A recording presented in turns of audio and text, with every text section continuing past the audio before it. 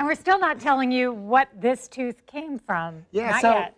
Lance, we wanted you to hang out a little longer with us. Lance is also known as the Digger Dude. So we started out the show talking about your specialty, which is shark teeth. But now we're going to do a little bit of a shift with teeth that are actually bigger than megalodon teeth. Yeah, perfect, perfect. Where would you like me to start, guys? How about, should we go ahead and let's reveal? do that one. Yeah, let's talk about this one here. You can hold it up while All you're right, talking very, about very it. cool. So this tooth, hey, Rance. Pop in. It's nothing whining. This tooth right here, Florida had a species of mammoth. We had the Columbian mammoth. This is a relative. This is actually woolly mammoth. This is a woolly mammoth tooth. It came from Alaska, and it's got a really cool story behind it. Maybe just a story at this point, but apparently gold miners found this when they were clearing tailings pile, and the tooth was just sitting there. So I think it's a really cool story.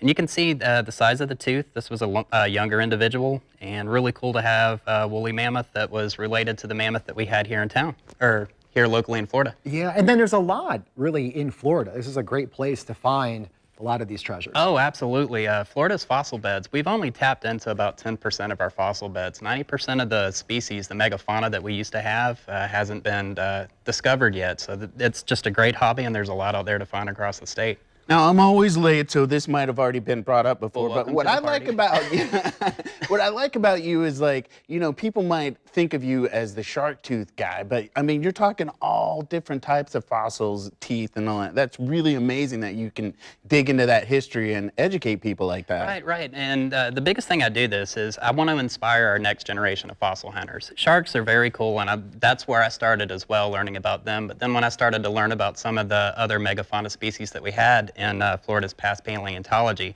it really piqued my interest, and then I started branching out to see what else we can find. Some of the things I got here, I do have a good friend named George Diaz. He's Superior Fossils. He's helped me acquire some of these elephant teeth from around the world. These are all elephant teeth? We've got elephant parts.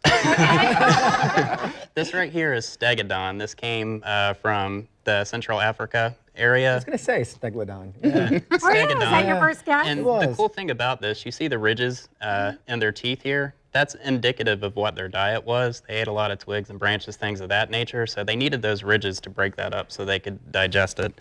Now, compared to our mammoth tooth, you can see it's a much flatter surface. These were more grazers. They were definitely herbivores, but they ate a lot of grasses, and they needed that flat surface to really chew that up so they could digest.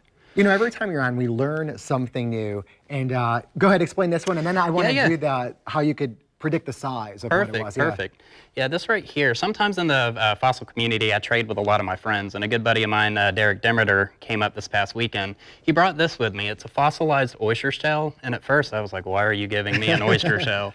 But then when you flip it over, this is actually fossilized and calcite crystals formed on the inside of this. I love it, love it, love it. Super cool. I just did a presentation for the Jacksonville Gem and Mineral Society on fossils. I had a great turnout there, and it's really cool that I can finally start to tie in some of my fossil collecting into gems and minerals as well. Yeah, and then so one of the things, every time you're on, you always bring a megalodon tooth or teeth, because there's a whole bunch here. But from this, you could actually calculate what the size was of the shark. So go ahead. Yeah. We can make an estimate on how big the shark was. So what we're going to do, when you measure a shark tooth, you're going to measure from the highest point of the tooth down to the center along the diagonal.